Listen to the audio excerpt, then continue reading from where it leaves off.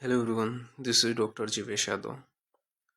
तो प्रसूति तंत्र में स्त्री रोग का हम लोग according to NCISM syllabus for university exam paper 2 का मोस्ट इम्पॉर्टेंट 23 टॉपिक देख रहे थे।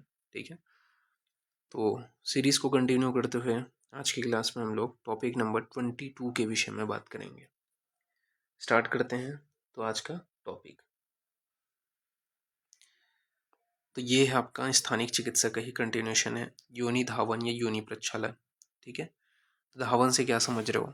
ठीक है, साफ करना, धोना। तो धावन का अर्थ क्या होता है? धुलना। तो औषधि द्रव्यों के फाण, क्वाथ, स्वरस, गोदुग्ध, गोमूत्र, अजादुग्ध इत्यादि से योनि का धोना योनि धावन कहलाता है। तो क्या बोला गया है परिभाषा में कि औषधि द्रव्यों के फाण, क्वाथ, स्वरस, गोदुग्ध, गोमूत्र, अजादुग्ध इत्यादि से योनि का धुलाई करना योनि धावन कहलाता है।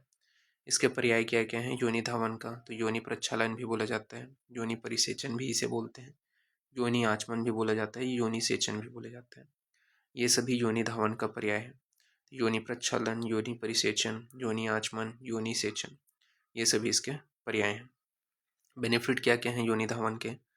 तो योनि पेच्छिल्य, योनि स्त्राव, योनि कंडु को नष्ट करता है। तो योनि की पिच्छिलता, योनि स्त्राव, योनि कंडु को ये नष्ट करेगा।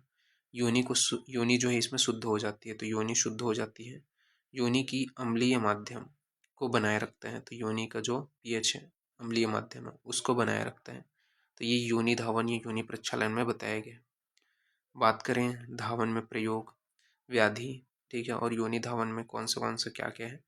तो योनि जब पिच्छिल होते हैं तो किससे धावन करेंगे? तो योनि में जब पिच्छिल्यता होती है तो सर्वगंध द्रव्यों के क्वाथ से धावन करते हैं। तो योनि में पिच्छिलता होने पर सर्वगंध द्रव्य के क्वाथ से धावन करते हैं।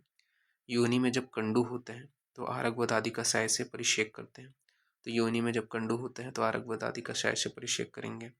योनि में जब पाक होगा तो पंचवल्कल क्वाथ का प्रयोग करेंगे। तो योनि में जब पाक होते हैं तो पंचवल्कल आदि क्वाथ का प्रयोग करेंगे।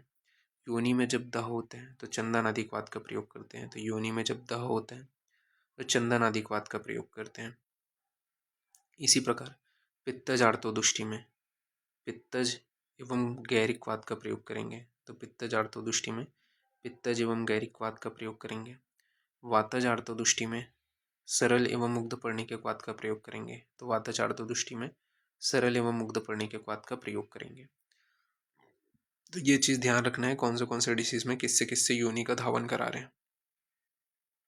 फिर नेक्स्ट है आपका योनि दहन या क्षार कर्म। योनि दहन क्षार कर्म के विषय में बताया गया है कि दहन कर्म दो प्रकार से किया जाता है, क्षार कर्म और अग्नि कर्म। ठीक है, तो दहन कर्म अपन दो प्रकार से कर सकते हैं, एक तो क्षार का प्रयोग करके, एक तो अग्नि का प्रयोग करेंगे। तो पहला है क्षार कर्म। तो क्षार कर्म में बताया गया कि योनि में शलाका के द्वारा क्षार का प्रयोग करना क्षार कर्म कहलाता है। तो योनि में शलाका के द्वारा क्षार का प्रयोग करना क्षार कर्म कहलाता है। इसके बेनिफिट हैं कि शोधन व रोपण के लिए, व्रण की शुद्धि के लिए, रोपण द्रव्यों का प्रयोग पिच्चू के रूप में करते हैं। ठीक है, तो ये इसका क्षार कर्म का बेनिफिट है कि शोधन और रोपण के लिए इसका प्रयोग किया जाता है क्षार कर्म का, व्रण की शुद्धि के लिए प्रयोग किया जाता है, रोपण द्रव्यों का प्रयोग पिच्चू के रूप में करते हैं। तो जो रोपण द्रव्य उसका प्रयोग क्या है, पिच्चू के रूप में किया जाता है। फिर क्षार कर्म का किस प्रकार से प्रयोग करेंगे? तो योनि में अगर अर्श होता है, तो योनि में जब अर्श होते हैं तो योनि में स्थित अवगाढ़ एवं उभरे हुए अर्श में क्षार कर्म प्रशस्त बताया गया। तो योनि में स्थित अवगाढ़ या उभरे हुए अर्श के लिए क्या बोला गया है? क्षार कर्म का प्रयोग करने के लिए बताया है। क्षार के प्रयोग से अर्श का निर्हरण हो जाता है, तो क्षार का जब प्रयोग करेंगे तो अर्श जो है वो बाहर निकल जाएगा।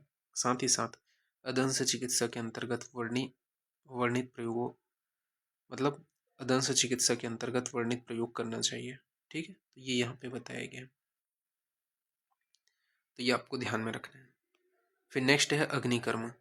तो अग्निकर्म में क्या बताया गया है? तो अग्निकर्म में बताया गया है कि जब अग्निकर्म के द्वारा योनि में दह उत्पन्न करता है, ठीक है, तो अग्निकर्म करने से क्या होता है, जब योनि में दह उत्पन्न होता है तो उसे योनि दहन कहते हैं।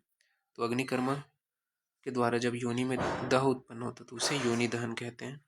योनि दहन क्रिया अग्निकर्म के अंतर्गत ही आता है। तो योनि दहन क्रिया अग्निकर्म के अंतर्गत ही आता है। आयुर्वेद संहिता में स्त्री रोग विषय के अंतर्गत योनि अर्श प्रकरण में अग्निकर्म का वर्णन किया गया है। तो आयुर्वेद संहिता में स्त्री रोग विषय के अंतर्गत योनि अर्श प्रकरण में अग्निकर्म का वर्णन किया गया है। तो ये अग्निकर्म को आपको ध्यान में रखना है।